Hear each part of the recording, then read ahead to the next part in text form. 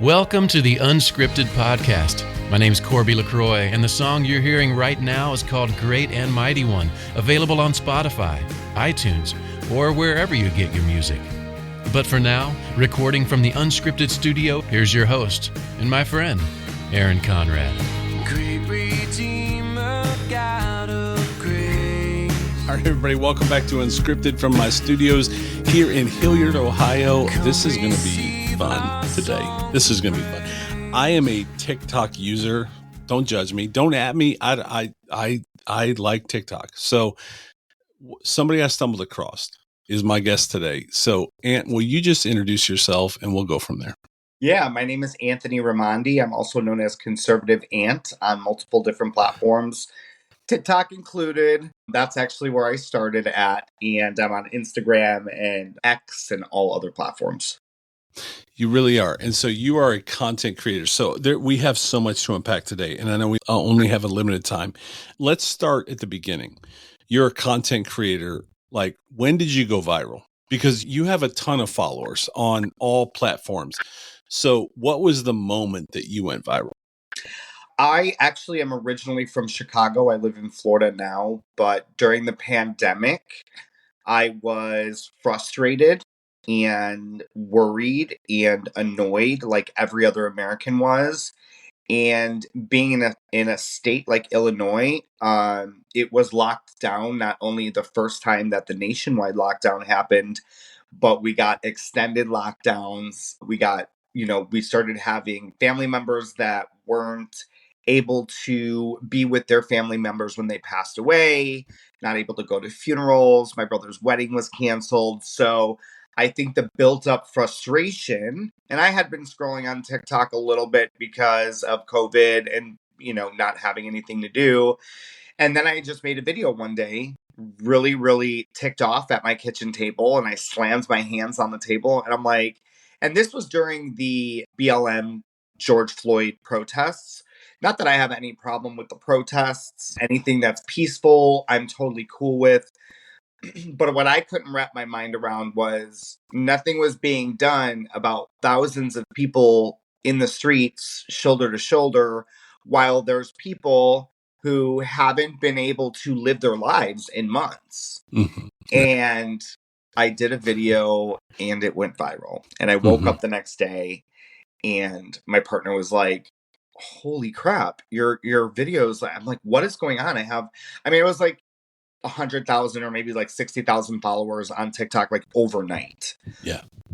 And I just continued to speak out against the government and everything else. So I had a post go viral once, a blog post back when blogging was cool. Mm-hmm. So literally, it was a post I did not even write. It's a book called Rules for My Son. And it was 10 things. And I literally copy pasted and I put in the post because I wanted to give honor to the guy that wrote the book. I just pulled 10, 25 things and it went viral. And so I have been there myself. Yeah. Unfortunately, I have not captured it as you have, and you've taken it to a whole nother platform. But for a minute, I got to go viral, and it's crazy. Like, your phone's blowing up. It's running out of battery by noon. You're getting notifications left and right. You're like, what is happening right now? I just put this out into the world. So I love that. What I do love is that you have taken it to an entire new platform. And so let me put a pin in this really quick. First of all, will you let my audience know about you? Like, who are you? Can you just introduce yourself, maybe more in the platform of just who you are, what you believe, and all those kind of things? Yeah. So originally born and raised just outside of the city of Chicago. I am first generation Italian. So my parents all came from Italy. And I was always raised with just respecting people and being able to live your life the way you want.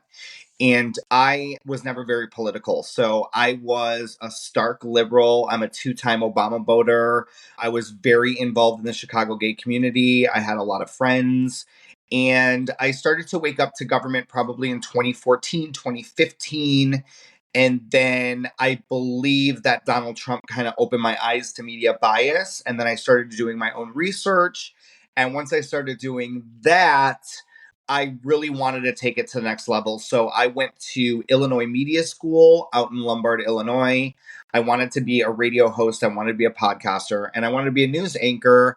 And when they told me that if I wanted any part of the media world, I probably shouldn't be or have any type of conservative value or thought process. And they said that I would never make it in the industry. So I spent my own money to do that schooling, got through it because it was my own money.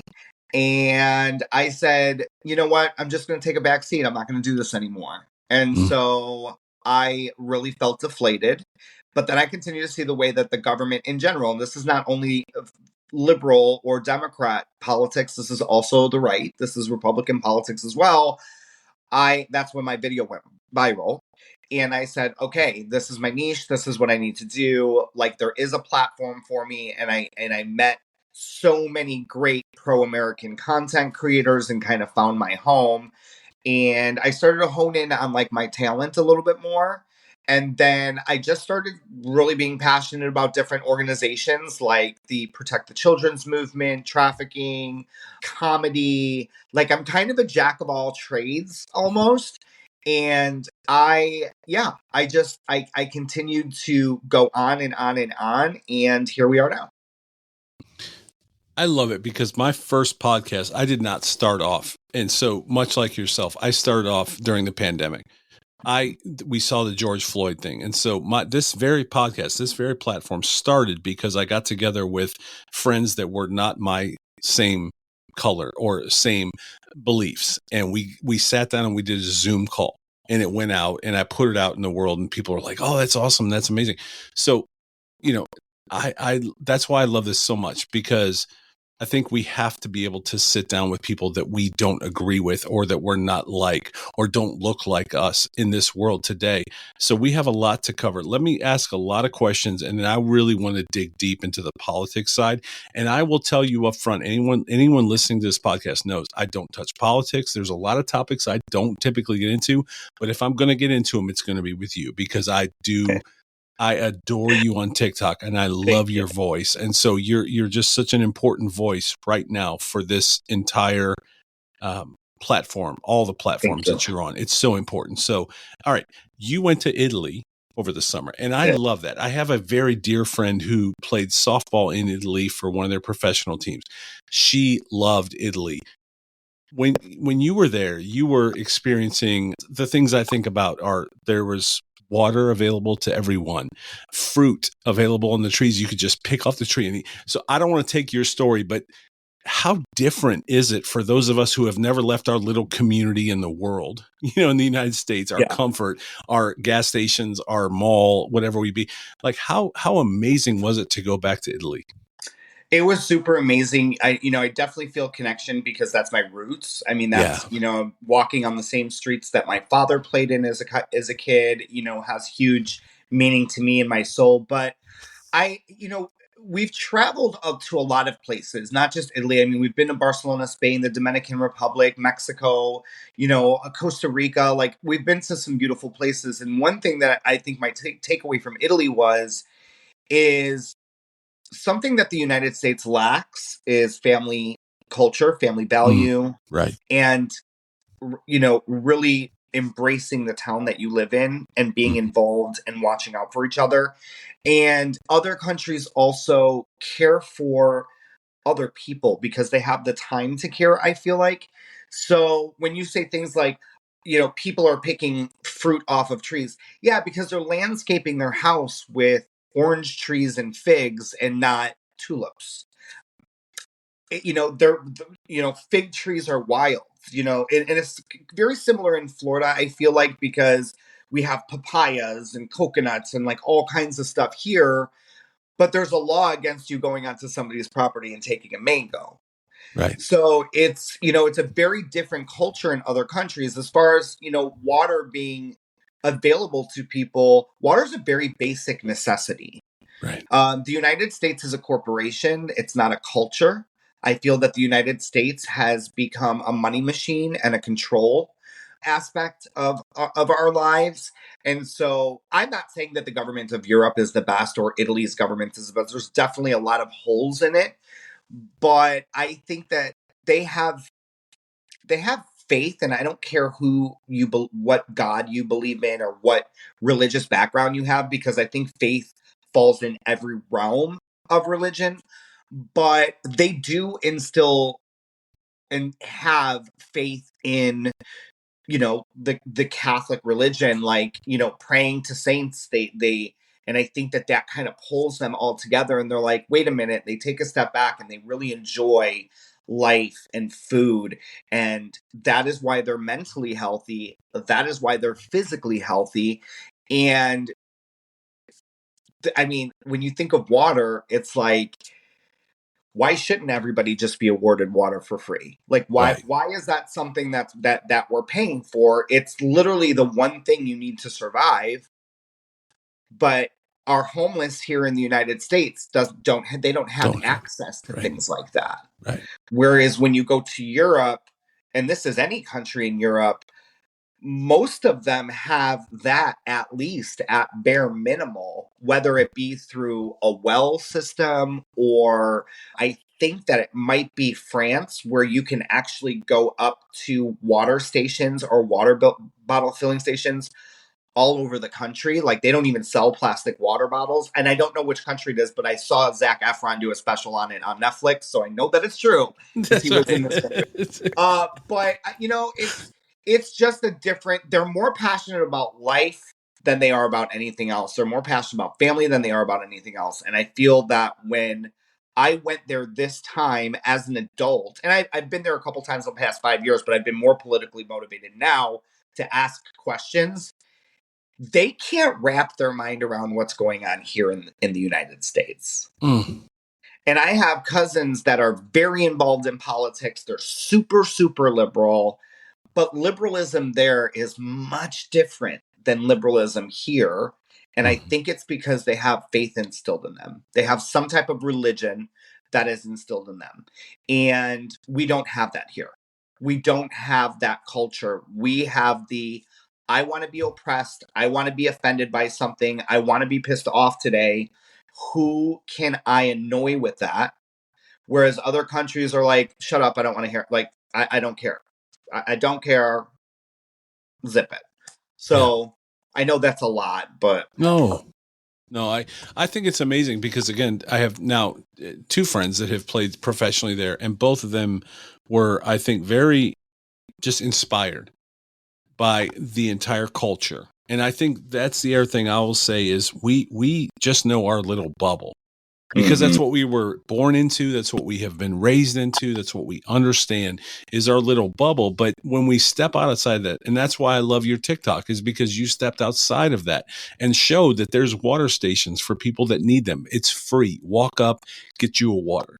Don't go to the gas station and pay $5 for an Aquafina. Right. And the other thing I think that they appreciated when they were there was that people take time. They pause the entire day to sit down. Everything is, so it's a pace thing. I think, in the US, we're got to make that money, got to get that bag, got to go home, got to do. And they say that we're very privileged, we and are privileged. Actually, absolutely. I wear a shirt a lot that says American privilege, because we talk a lot about white privilege and all these different privileges. Right. American privilege is above all when you look at it from the spectrum of the rest of the world. Mm-hmm. I might complain about something like, oh my God, it was so hot there. They don't have air conditioning and central air conditioning units in their buildings. Well, they don't care because they weren't raised with that. And here we're like, oh my God, the air conditioning is set at 72. Oh my God, that's so, I'm like, like we care about things that don't matter. It's like really first world problems for us. Right. It really is. And that's the thing too. And when I talk to friends of mine that are from the African American community, I didn't understand white privilege. I thought it just meant that you were born with a silver spoon in your mouth. It doesn't mean that. It actually means that when I get pulled over, I don't have to worry. I don't have to put my hands on the wheel. I don't have to do a lot of things that another community has to do. And I think, to your point, I think we just don't understand because we just don't understand. We've always been here. Yeah, and I want to say something to that too. I've never really touched on the race issue because I don't feel like I have skin in that game because I am Right. white. I'm considered Right. Caucasian. So Right. I'm always the person that's like, please don't speak for my community, right? So I'm Right. part of the gay community, quote unquote. And there's nothing more that I hate than a straight person trying to be like an ally. I think they're probably Right. the worst advocate out there because they don't know what a teenager goes through when they're coming out of the closet. They don't know any of these things.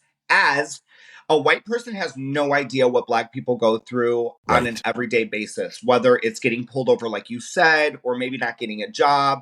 I don't know because I don't really even understand racism because I was born in a culture and in an environment I guess growing up in Illinois is very diverse. So Mm. growing up as a kid, I had friends of every walk of life. So I don't understand that, but I do understand that it exists. And I think that there's bad apples in every organization, every company that you work for. There's going to be people who are homophobic. There's going to be people that are racist. You unfortunately can't control that.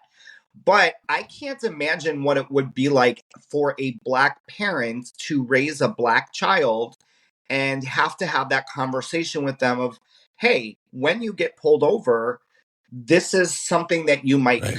come across. Right. Right. I can't speak against that because I'm not black. And Right. other white people should be more conscious of that and say, I don't know what they go through. I'm not that person. I'm not black.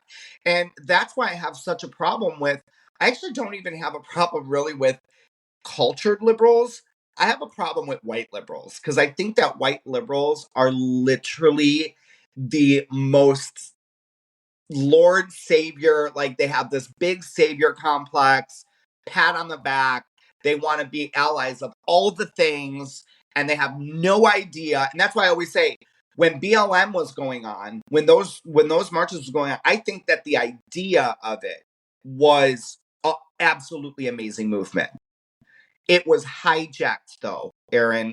It was Right. hijacked, and you know who hijacked it? White, suburban, rich, liberal teenagers. Right. That's who hijacked it. Just like they hijacked the gay community. Little, rich, white, little, red, blue hair, liberal girls that have nothing else going on. COVID happened. You know, Jeffree Star said it best. COVID happened and everybody got bored. Now we have pronouns. Right. I don't care what you are. You can say that you're a rhinoceros. I Right. really don't give a shit. Yeah. But you're not going to make me try to come up with a new book of words so you feel better. I'm Yeah. sorry, honey. I'm a millennial. We don't care if your feelings get hurt. We don't. Yeah. That's my little piece. That's what I enjoy about you is you're honest, because I don't think there's enough people that are honest in the world today, whether you like it or not. And if you don't like it, there's an unfollow button, right? Like that's what I feel like is in social media. For some reason we get on social media and we follow somebody and we don't like them, so we disagree with them. Well, then unfollow. There's an unfollow button. If I don't like you and I'm sitting across the table with you, I'm not going to have lunch with you again. Like we're done. You know what I mean? But in social media, we keep following and then we get more frustrated. Anyway, man, we have so much to cover. All right. But I do want to get to this. I do really want to talk about your generosity because you do live in Florida. And so a lot of weird stuff goes down in Florida. And I have a question about DeSantis too. And we're going to get into politics. We have so much to cover. All right. So let me just talk about this because, you know, hurricanes happen. And you do live in Florida. And man, your heart, I want people to really, really hear, maybe if you've listened so far and you don't agree with something that my guest has said, please hear his heart. Because at the end of the day, it's about our heart. It's not about what we believe and all this other stuff that we get into. We get frustrated, we fight. Look, at the end of the day, where's your heart? And your heart in the midst of, you know, hurricanes, disasters, things that have happened in Florida, man, you've done a lot of things in generosity, and that made me love you even more because no, it does. So can you just talk a little bit about some of the things you've done in Florida so people understand my guest? And again, if they don't agree with your politics, they don't agree with some of the things you've said, I just want you to agree with the fact that this man is very generous and you've done some amazing things right there in your hometown. Can you talk about your generosity? Thank you. And everybody has the freedom to disagree. That's why we live in such a beautiful country. So Absolutely. We got to keep it that way. Right. So actually, before Hurricane Ian, I had really gotten into wanting to be a little bit more of like a humanitarian and doing stuff to help other people. And one of the things that really triggered that in my mind was when I saw that Jackson, Mississippi was completely out of water. And this Right. was probably 2 years ago, or right before Ian, like no water, like they couldn't bathe. And historically, or the reality is Jackson, Mississippi is more of a low income city. So I just went on social media. I'm like, look, if there is a truck driver, somebody who has, a 16 wheel, like I want to fill up a truck with water bottles. I want to go up to Jackson, Mississippi. So that was my first mission. That was successful. We did that. It was absolutely amazing. And it was hugs were exchanged and cries were exchanged with people that did not agree politically. Love it. But we helped each other in that manner. Then Ian hit, and I cried for a day, and then I said, okay, people need help. So I went to a food pantry that is in not so good of a neighborhood here in Southwest Florida. It's called Gladiola's Food Pantry. Shout out to them, love y'all. And I said, what do y'all need? I'm big on social media. I wanna plug it in. Like, let's go. And it was months of just coming together, pulling people out of the water, pulling people out of their houses, cooking food. Like we started grilling food from day one and going up and down these neighborhoods and saying, hello, anybody out there? Food, hot food, gratis, food. And I battled Red Cross and I battled the government because they came in and didn't want us to help.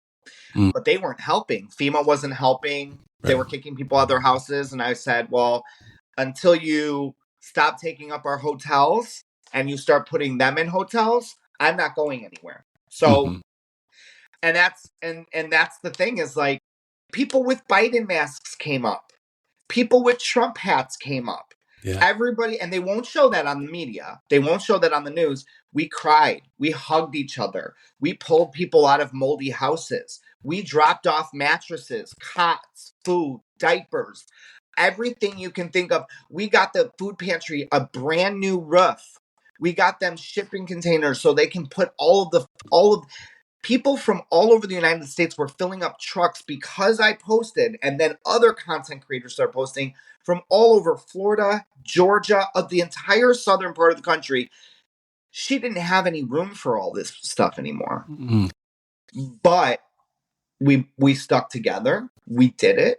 And I think that it really showed me that politics is just like sports, unfortunately. You have a team that you like and you have a team that you don't like. But after the game, you go home and you bust each other's balls a little bit. And then you move on. Yeah. Yes, it aggravates me for people that don't understand where I'm coming from politically, and I'm sure it upsets them that I don't understand them where they come politically. But I think most of the country is actually pretty center, and we just don't realize it because the media has set it up like a game.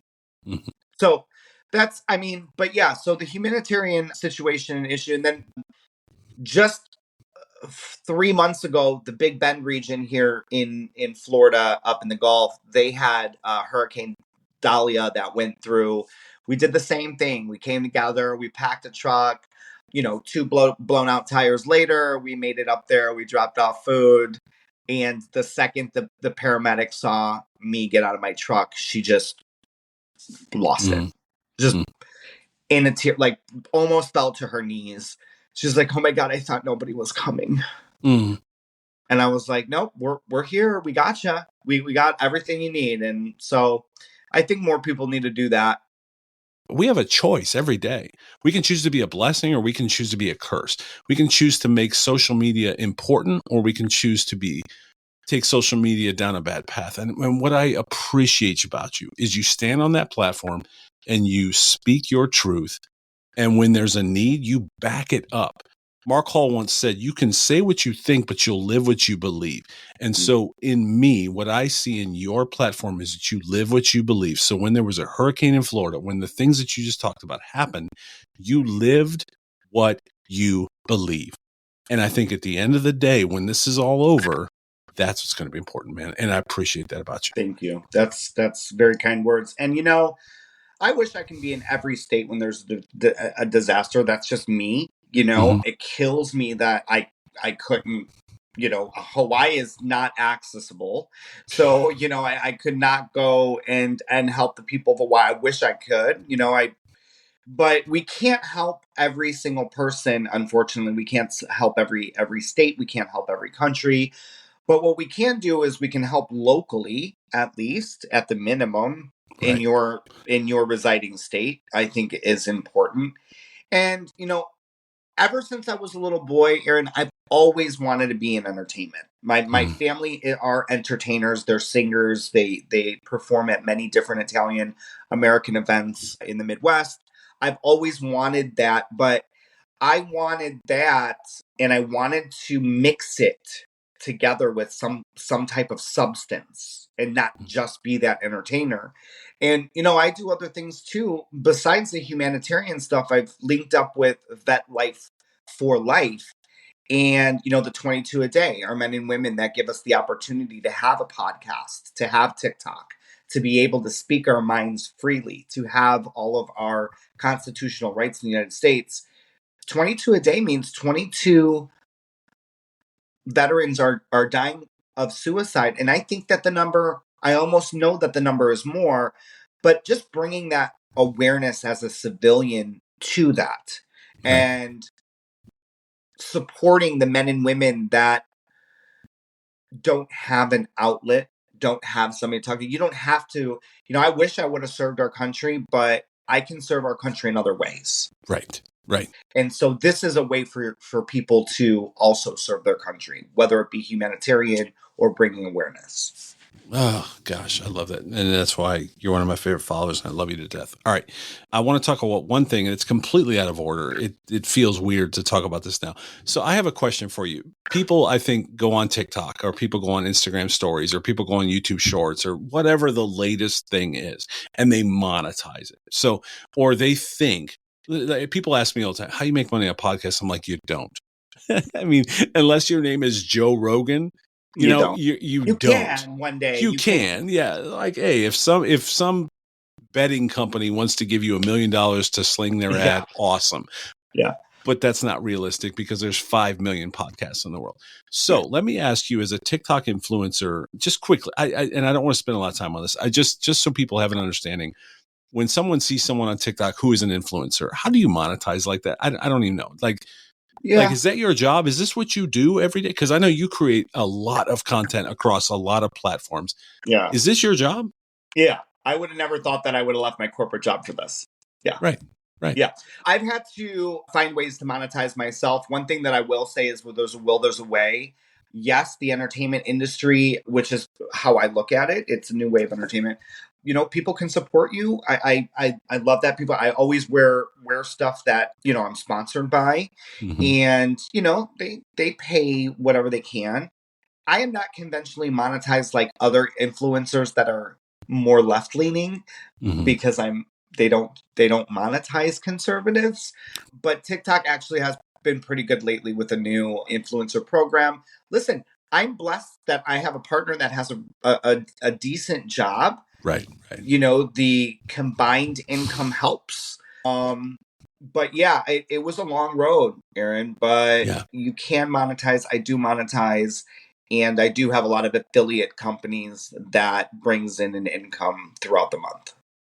I love that. All right. And so, because my wife has a good job and she's got great benefits, and so that's important, so people ask me all the time, how do you make money on podcasts? I'm like, you don't. And so I do things myself, affiliates and all those kind of things. So I appreciate that. I think it's important that we give a realistic view of, and I'm not, look, man, you're so far way down the freeway beyond me in terms of I have zero influence. I sent you the little picture of my Sure platform. you It's like a do. 4x4. No, man. Anyway, all right. But it is important for people to realize that the people that you consume on these platforms. And so if you're a fan, please support my guest because he's doing amazing things. He really is. And Thank you. so please support those things. And we're going to get to the links too at the minute. All right. Last thing I want to ask you, there have been changes and challenges in social media. Twitter changed their name to X. I mean, they opened up.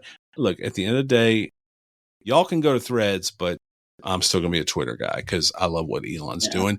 I'm just going to say it. I don't know if we agree, but I do love what Elon's doing. You are on TikTok, which is a big platform. You're also on Instagram and all the others. So what changes as a TikTok influencer since you started? And you tend to push the envelope of what TikTok may or may not accept. What changes have you seen in TikTok? I think that TikTok is more ran by AI and not actual humans. So, I think the myth that a lot of, and I'm not bashing any of my fellow conservatives or content creators, but it's like, oh, I'm shadow banned. Oh, I'm this. Oh, the algorithm. Oh, I'm that. Algorithms are really ran by AI and what people watch. I'm a conservative content creator and no conservatives pop up on my TikTok feed at all.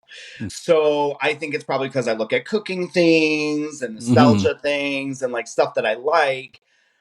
But there's flag words that AI picks up, and I'm not saying that you need to suppress your voice in any way, but I've kind of learned those those red flag words that'll kind of trigger stuff. I know what words not to say. I think that I'm an anomaly because I've been able to kind of mix politics with comedy. And sometimes I get that person that will comment, they're like, I don't agree with your politics, but you're hilarious. And so and that's why I think like people are like, oh, I want to really hate him, but that was actually pretty funny. It's true. Right. So, and it's different for everybody, but it is what it is. I mean, that's why I put out so much content, because if one of those videos hits, then, at least something hit. But that's why I do it full time. That's why the support is so important for us. And how do they support you? So let's just let me go right there, right quick, because we just talked about it. How can people support you and your vision and your message and your content? Yeah, liking videos, sharing videos, telling people about me. I have a link tree set up on my Instagram and on my TikTok. So any of the brands that I support, which most of the brands that you'll see in there are all small businesses, besides GhostBed is one of my actual sponsors. They sponsor me. I'm very blessed to have GhostBed as one of my sponsors. But yeah, so people subscribe to my Facebook page or my Instagram. I mean, it's $4, $5, but it helps keeping me home so I can continue to make content that everybody says that they love so much. So, right. And look, like the other way is if you want me to come to an event and speak, I'm available. But, now I've gotten to the point where it's like, I have a booking fee. It's not much, but there's a booking fee. I'm not trying to be mean, but it's my time. I have to go out and speak and spend the week or weekend.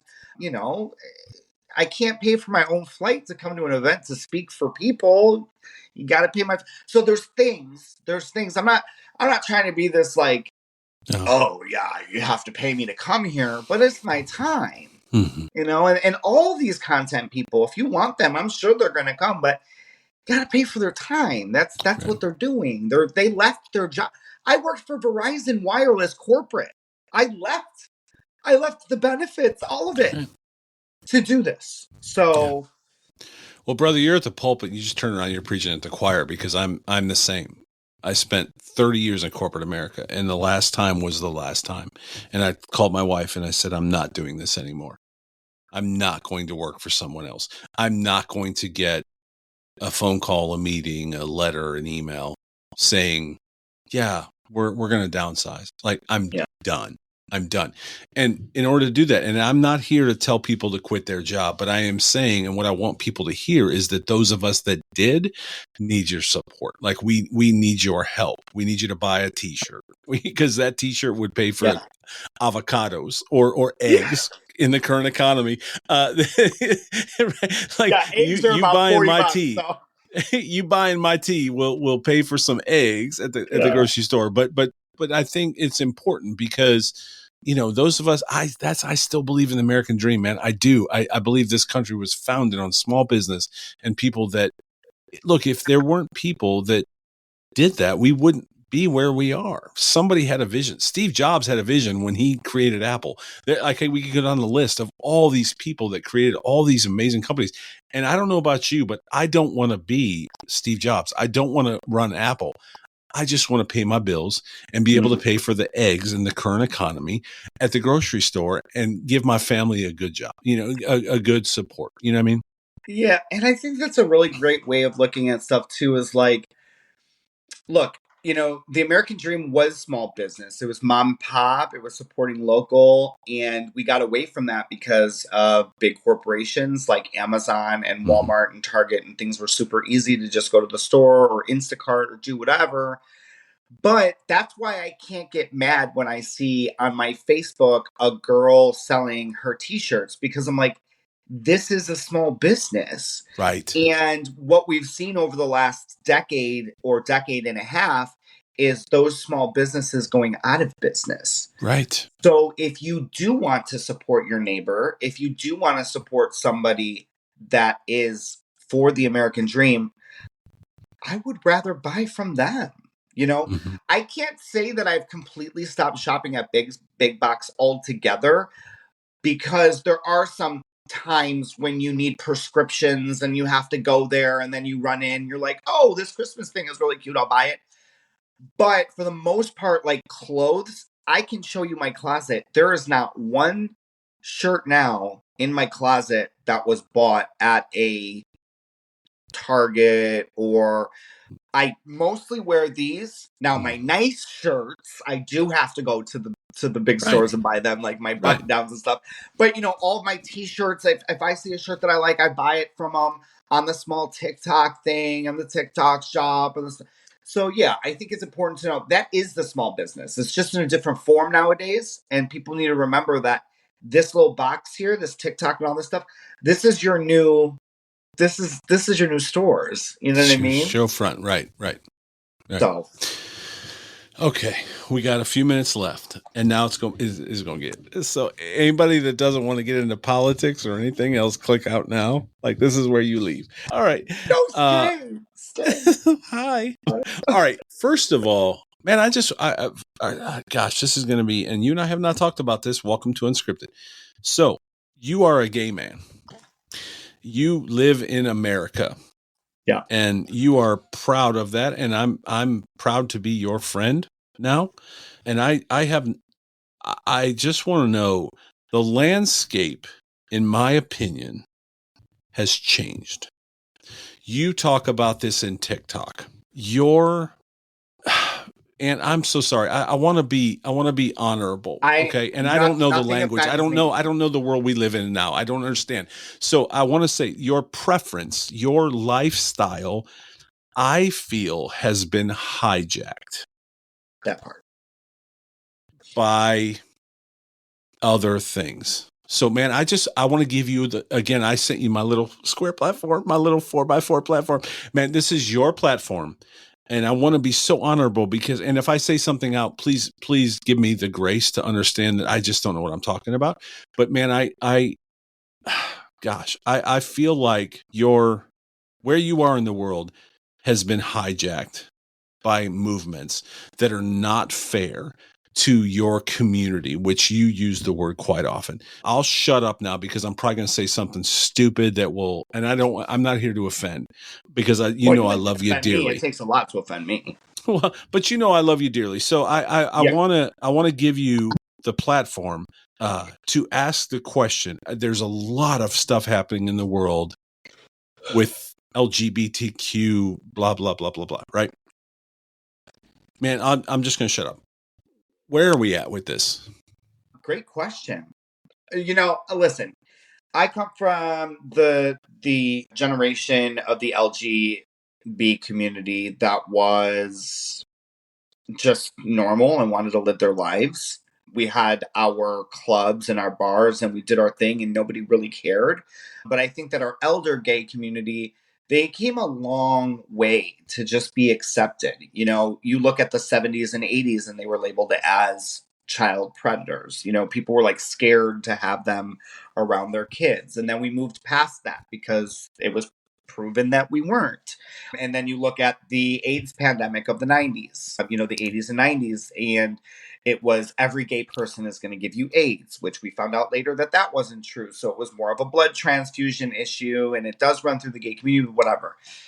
And then you bring us to today. We've worked so hard to do all the things to finally be able to marry in all 50 states, finally be able to live our lives that we want, finally be able to adopt children in certain states that we want to adopt children, finally not have people gasp and pull their kids when we walk by.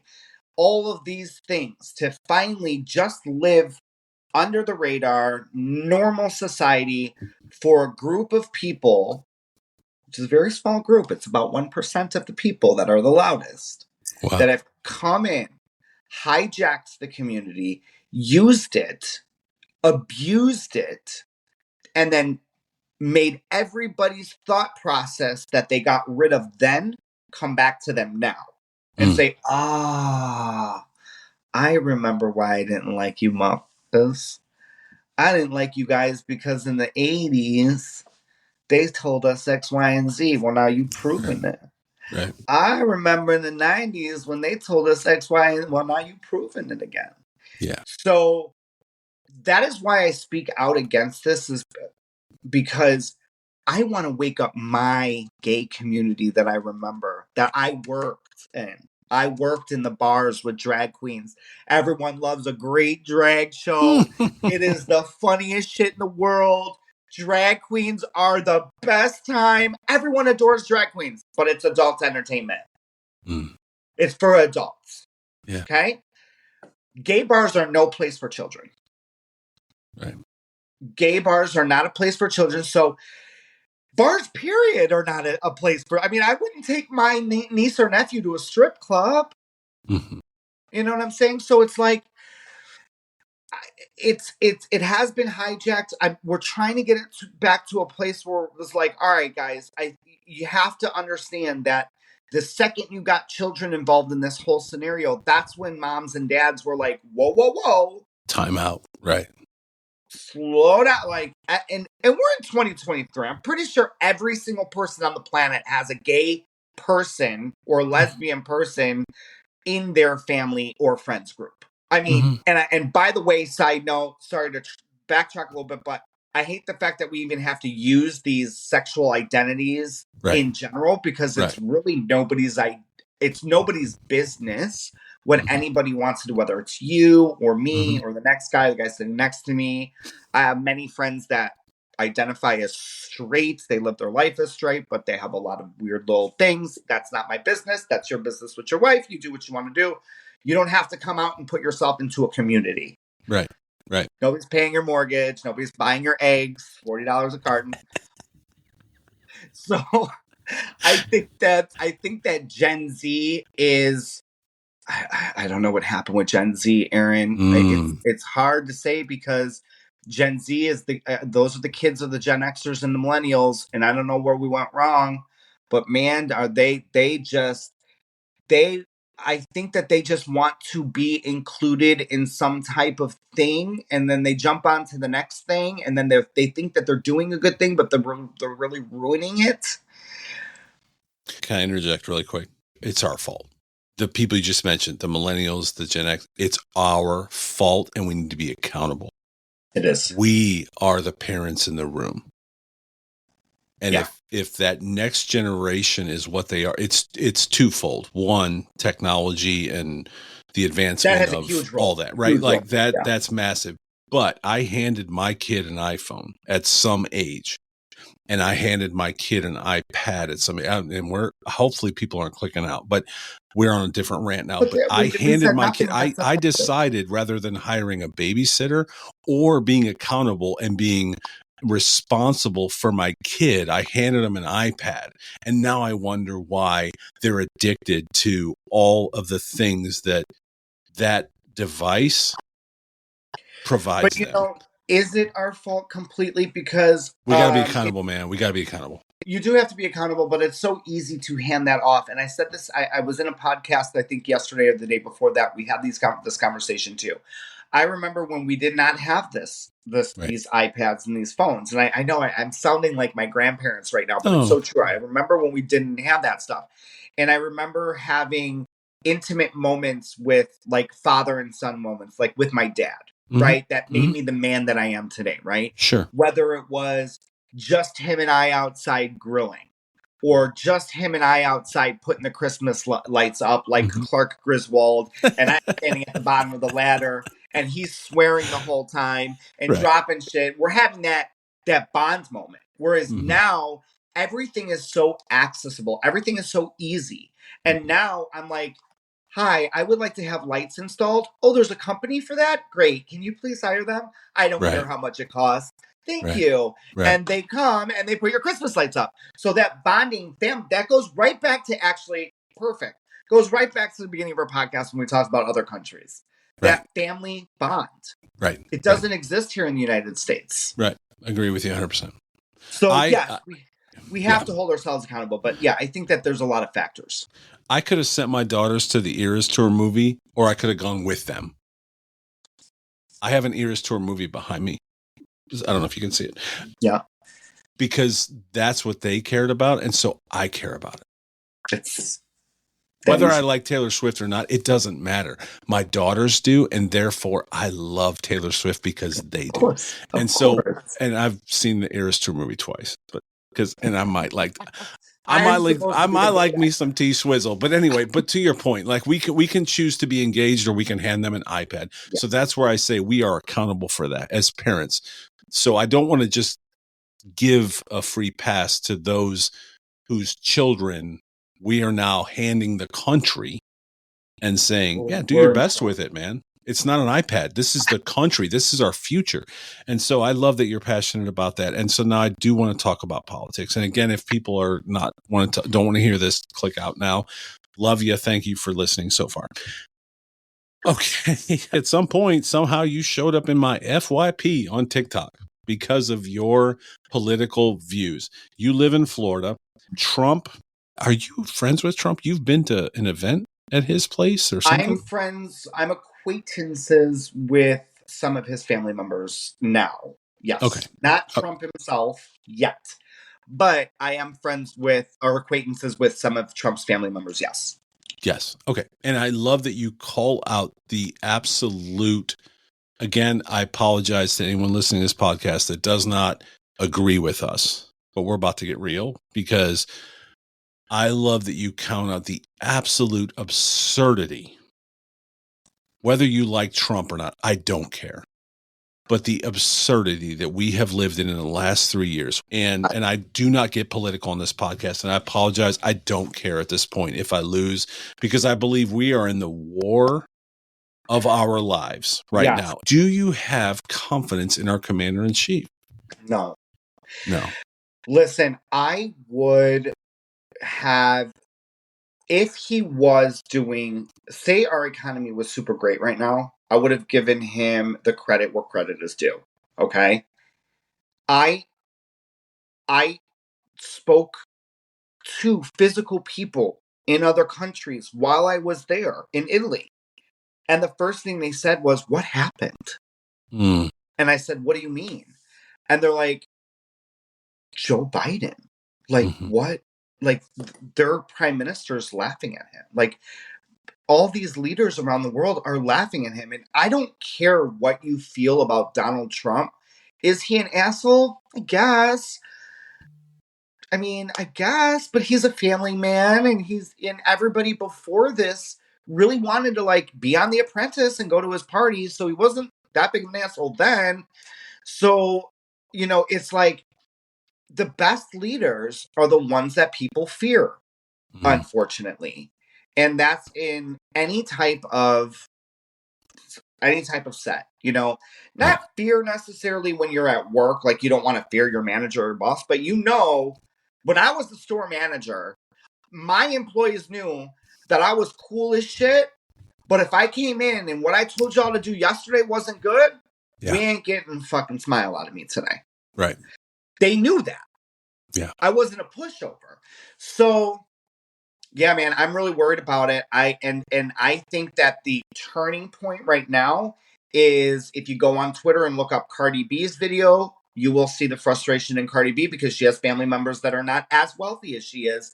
If you look at Michael Rappaport, who I absolutely crazy nuts. He's super unhinged nuts. But he's seeing it. You had Mark Dwayne Johnson, who also is somebody who stood behind Joe Biden, and he was just on the Joe Rogan podcast.